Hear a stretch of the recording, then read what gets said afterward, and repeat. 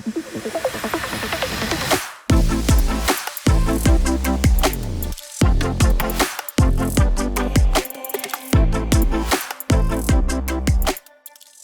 sustainable disability inclusion in the workplace. So let's just move straight before I'm told that it's 1 minute left.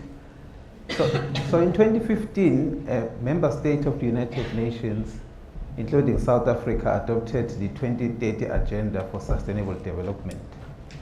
And the said agenda is founded on 17 Sustainable Development Goals, which are an urgent call for action by all countries developed and developing in a global partnership.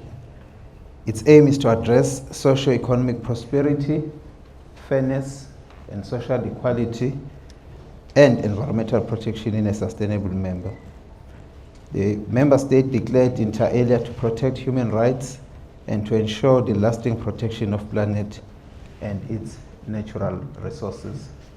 So from an implementation standpoint, it was acknowledged that there is a need for the enactment of legislative and policy framework, as well as the adoption of budget to guarantee effective implementation of sustainable development goals. In this context then, SDG 8 seeks to promote sustained, inclusive, and sustainable economic growth, full and productive employment, and decent work for all. And for all meaning including persons with disabilities.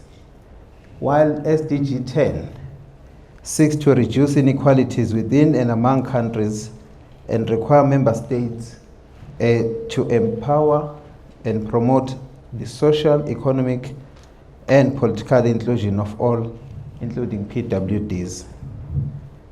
I think it's worth mentioning that I've just seen the report by the UN General Secretary on the implementation of SDGs, where he indicated that PWDs face discrimination at 28% compared to 17% for those without disabilities.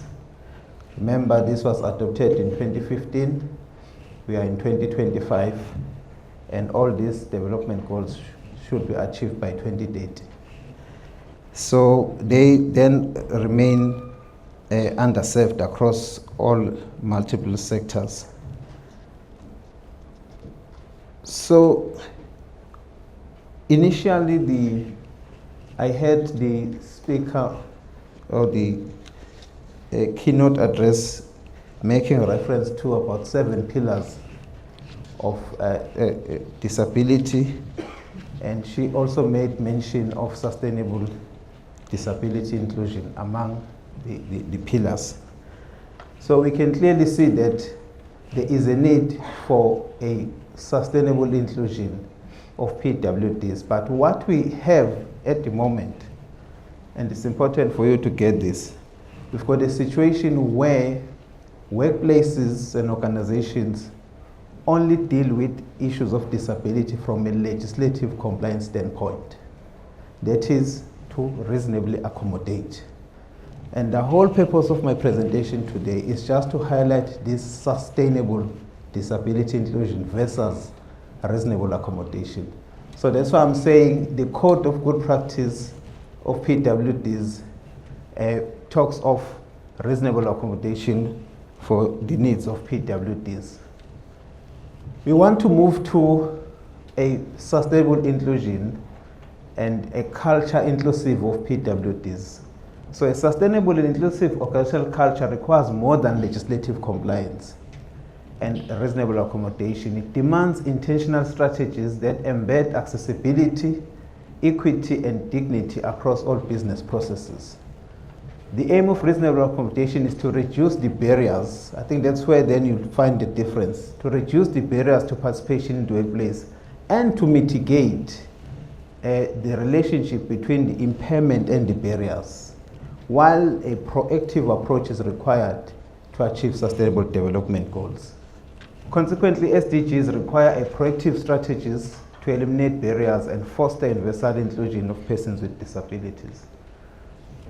The focus of SDGs is on systematic change and a workplace culture that is inclusive for all, instead of individualized adjustment or modification to accommodate persons with disabilities within the existing system. And that is what we've been focusing on. Organizations should move towards developing proactive strategies to achieve SDGs and sustainable inclusion of persons with disabilities, while reasonably accommodating their needs as and when necessary. I'm not saying that we should do away with reasonable accommodation. We need it. But we want to move more towards a sustainable inclusion of persons with disabilities. An inclusive future for PWDs is the one that promotes sustained, inclusive, full and productive employment and decent work for all. It is a proactive commitment to fairness and equity, requiring intentional design and ongoing action.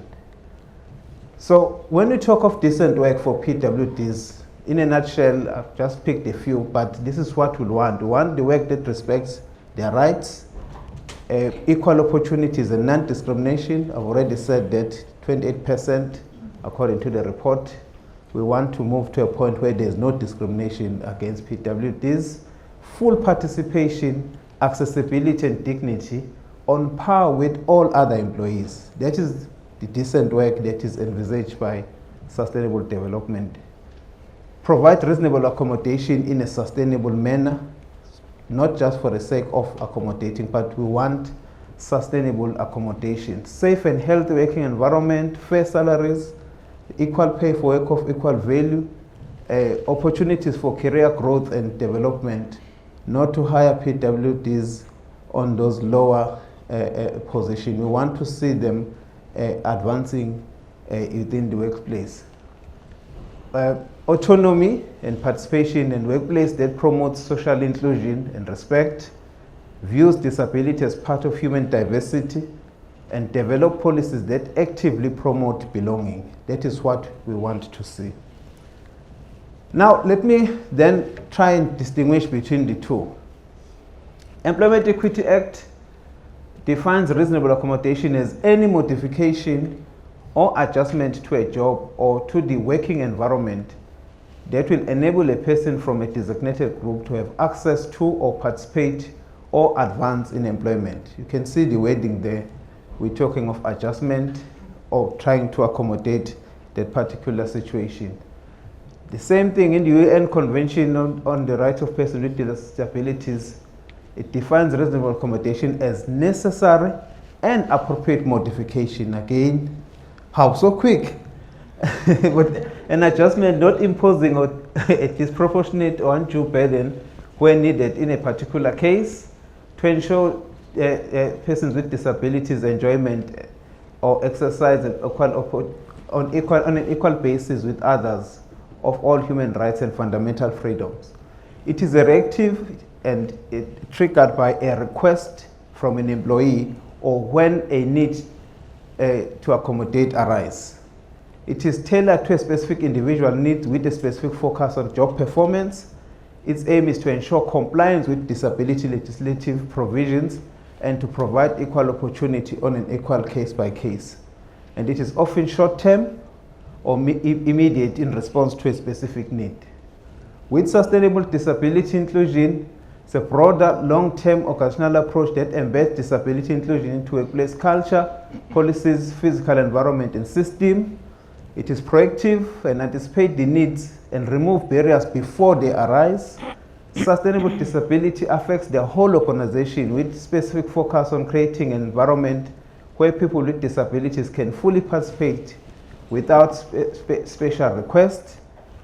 As such, then sustainable disability inclusion builds an organizational culture of belonging, normalizes diversity, and aims to remove systemic barriers. It is a long-term strategic commitment embedded in policies and practices.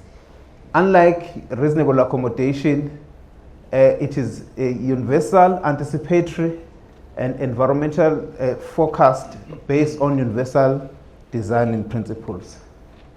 So I'll just talk through this. There's basically then the nexus or relationship between the two. I've said that the general focus in many organizations is on reasonable accommodation. While reasonable accommodation is crucial, but it is not sufficient by itself. So we need sustainable inclusion to reduce the number of accommodations. You know, once we embed this in our systems, surely there won't be a need to even reasonably accommodate. So they together create an environment where persons with disabilities can thrive. SDGs require organizations to go beyond reasonable accommodation and create decent work for persons with disabilities.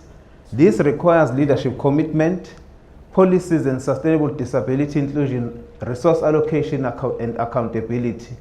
As such, then, sustainable disability inclusion can be successful when leaders commit strategically and provide direction, are accountable to disability inclusion, and create a culture that supports inclusive behavior at all organizational levels.